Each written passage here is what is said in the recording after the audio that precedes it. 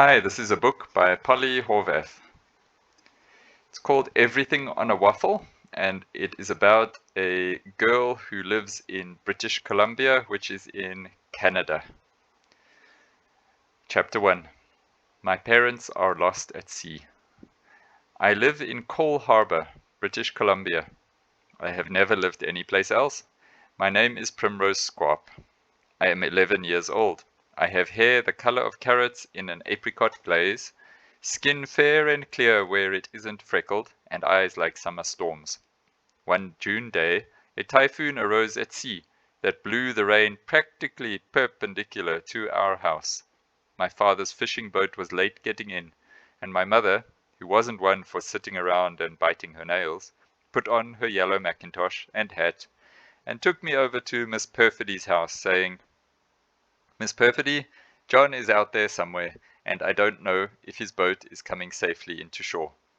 So I am going out in our sailboat to find him."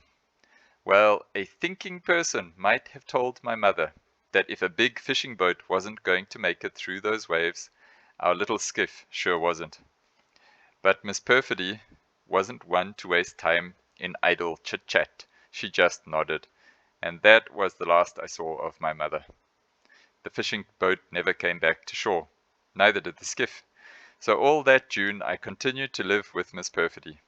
There was a memorial service for my parents, but I wouldn't go. I knew that my parents hadn't drowned. I suspected that they had washed up on an island somewhere and were waiting to be rescued. Every morning I went down to the docks to watch the boats come in, sure that I would see my parents towed in, perhaps on the back of a whale. "I don't know what you think the story of Jonah is about, Miss Perfidy," I said, "but to me it is about how hopeful the human heart is. I'm certain my parents, if not in the belly of a whale, are wondering how I am doing and trying to get home to me." I called the last few words out in the direction Miss Perfidy had gone. She often stalked off when I was in the middle of a sentence. It didn't encourage many heartfelt confidences. I didn't mind Miss Perfidy's exits, but what I did mind was her mothball smell, which was never overwhelming, yet hovered around her in a little fog. Mothballs spilled from every drawer in her house. I couldn't understand why Miss Perfidy seemed to be the only person in town who had such a huge problem with moths.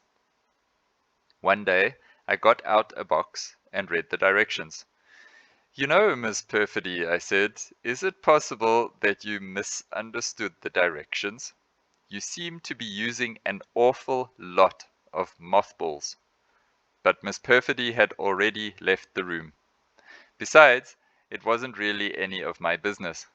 The town council was paying Miss Perfidy her usual babysitting fee of $3 an hour from what they called the Squap's estate, and what I called my parents' bank account, until they could figure out what to do with me.